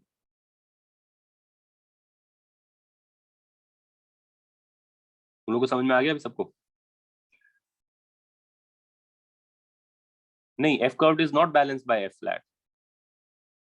For the cone, f curved and weight of cone is balanced by f flat. That is the weight of the cone, which is not known. For the water, the weight of the water, this is not the same weight. This is the weight of the water. That is the weight of the cone. The weight of the cone is not a known in this problem, but the weight of the water is known because the density of water is known and the volume of water is known. जिनमें हाँ मैं integral देखता हूँ, तो मेरे को send कर देना, मैं देख लूंगा कहाँ गलती कर रहा है। ठीक है, सबको कॉन्सेप्चुअली क्वेश्चन समझ में आ गया? So many times in statics problems it might look like कि अब मेरे को फोर्स को देखना पड़ेगा क्योंकि प्रेशर इनटू एरिया करना है, प्रेशर वेरिएबल है तो इंटीग्रेट करना है, फिर उसके कंपोनेंट्स लेने हैं, फिर सम करना है। Sometimes it is helpful to simply consider the equilibrium of the water above it. इसको तुम जनरलाइज कर सकते हो इस तरीके से, इससे तुम्हें शायद क्लियर हो जाएगा और ज्यादा, कि अगर मैं मान लो एक पानी है, ठीक है, और पानी के बॉटम पे एक हेमिस्फेयर चिपका हुआ है, मतलब कंटेनर का जो बॉटम है वो हेमिस्फेरिकली है और फिक्स्ड है, आर रेडियस का है। अब अगर मैं बोलूं कि और पानी इसमें भरा हुआ है यहाँ तक, मान लो 4r हाइट तक, और पानी का डेंसिटी नोन है और ऊपर एटमॉस्फेयर नहीं है, ठीक है, ये भी तुम एक प्रॉब्लम अटेम्प्ट कर सकते हो। अब तुम लोग कर ही लोगे, find force on hemisphere by water. एक तो तुम इसका आंसर वेरीफाई कर सकते हो इस तरीके से जो मैंने सिखाया, और एक तुम इंटीग्रेशन से करोगे, which will give you practice in integrating this. ठीक है, then we'll discuss the integral the next lecture, but I hope you understand इस प्रॉब्लम में भी the force on the, हाँ ग्लास का डिमेंशन क्या है यहाँ पे? नहीं वो रेलेवेंट, बेस का, वो बेस का रेलेवेंट, dimension। बेस का डिमेंशन रेलेवेंट नहीं है। Okay। इस हेमिस्फेयर का डिमेंशन रेलेवेंट है और इसके ऊपर कितना पानी का हाइट है वो रेलेवेंट है। ये ओशन के अंदर होता या इतने से कंटेनर के अंदर है, उससे ये प्रॉब्लम का आंसर चेंज नहीं होगा, क्योंकि इसके ऊपर जो पानी आ रहा है जिसका वेट ये उठा रखा है वो केवल इससे डिफाइंड है, पानी का डेप्थ से और हेमिस्फेयर का रेडियस से। Understood, sir। तो it doesn't matter whether it's a huge ocean or whether it's simply this much container. What is relevant is how much is the water above it and what is the width of this thing. तो एक तो तुम इसका directly answer निकाल सकते हो, simply the weight of the water above it, that gives you the answer. But as a practice for you, homework is try to solve the same problem via integrating ring by ring। तुम्हें पता है इसमें theta D theta करके ring select करते हैं, ring select करना, फिर ring के टर्म्स में उस जगह पे प्रेशर निकालना, क्योंकि रिंग का हाइट मिल जाएगा तो टॉप से हाइट मिल जाएगा, फिर वो प्रेशर इनटू रिंग का एरिया करके वो ऐसे आएगा, नॉर्मल लोकली आएगा, उसका फिर वर्टिकल कंपोनेंट देना cos थीटा करके या sin थीटा करके, और फिर उसको इंटीग्रेट करना ring bye ring bye ring. So basically your integral will go from 0 to pi by 2. Then you see if you get the same answer as you are getting by the simpler logic of force equals to weight of everything above it. And you can attempt the same integral for the cone also and see if you are getting the same answer. So these two are homework for you. Next time फिर हम लोग ये दोनों discuss करके और मैं integration करने का तुमको बताऊंगा for a vertical flat surface, which is of course easier than a conical or a hemispherical surface. but we will discuss that in more detail. The force, like even on this, if I said what is the force on this wall, that is also involving an integral, because you can't simply do pressure into area. ये याद रखो, ये main concept है कि base पे force निकालना is always easy because base horizontal है और एक हॉरिजॉन्टल लेवल पे सेम प्रेशर होती है, तो सिंपली प्रेशर इनटू बेस का area gives the force. But किसी वर्टिकल सरफेस पे फोर्स निकालना is not trivial because it is not one pressure on the entire thing. Pressure is increasing with depth. So we will learn a few things about how to find this kind of a force. ठीक है, फिर मैं तो क्या बोलूं, last question also 2 parts, right? Flat and curved. नहीं, इसमें कोई फ्लैट पार्ट है ही नहीं. I mean हेमिस्फेयर के लिए ही फोर्स निकालना है बस तुम्हें.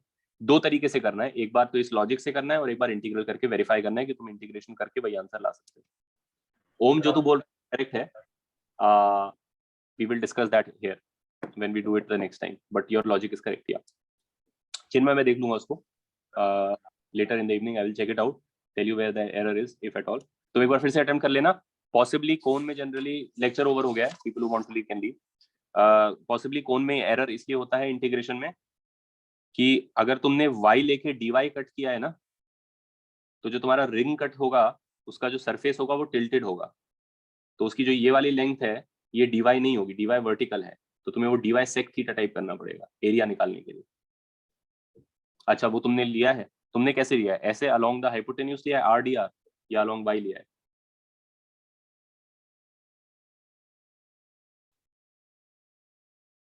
रेडियस कैसे?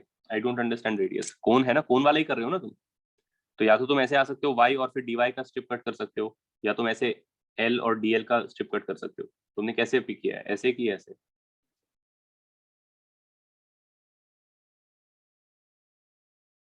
करना तो स्ट्रिप ही कट है ऐसे, लेकिन are you going down like this and then cutting like this, और are you going down like this और देन कटिंग?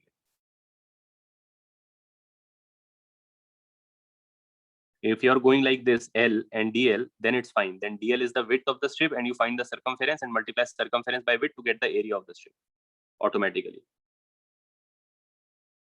हाँ, horizontal तुम कर रहे हो ना, तो तुम y में आए हो और फिर तुमने dy कट किया है, but this is not, I mean force निकालने के लिए प्रेशर इनटू एरिया करना है, तो तुम भले ही प्लेट्स कट कर रहे हो लेकिन तुम उसमें इंटरेस्टेड उसके एरिया में हो, उसके वॉल्यूम में नहीं हो.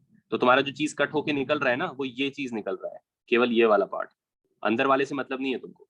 और तुम्हारा जो dy आ रहा है वो ऊपर से y और dy आ रहा है, तो dy ऐसा है लेकिन विड्थ तुम्हें ये लेनी पड़ेगी स्ट्रिप की. तो ये तुमने अगर करेक्ट नहीं किया है, तुम्हें इस छोटे ट्राइंगल को कंसिडर करना पड़ेगा जूम करके, जिसमें ये चीज dy है और अगर ये थीटा है तो ये dy sec थीटा होता है. ये कॉमन एरर है जो इसमें हो जाता है. मैं देखता हूँ तेरा वाला, मैं देख लेता हूँ.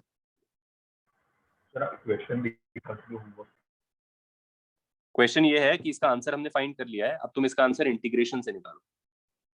प्रेशर है नेक्स्ट वाला. इसमें बस डिफरेंस ये है कि at the bottom instead of a conical surface there is a hemispherical surface of radius r. Fixed है ये बॉटम का ही पार्ट है, इधर उधर नहीं जाएगा ये. और पानी 4r तक फील्ड है, पानी का डेंसिटी रो है और ऊपर एटमॉस्फेयर नहीं है. तो ये जो हेमिस्फेरिकल पार्ट है इस पे नेट कितना फोर्स लग रहा है? अब फिर से आई गेस तुमको क्लियर है, डाउनवर्ड फोर्स है, जीरो नहीं है, क्योंकि ऐसे ऐसे ऐसे लग रहा होगा. तो जो ऐसे लग रहे होंगे उनके हॉरिजॉन्टल्स कैंसिल हो जाएंगे लेकिन वर्टिकल्स ऐड अप हो जाएंगे एट एनी लेवल.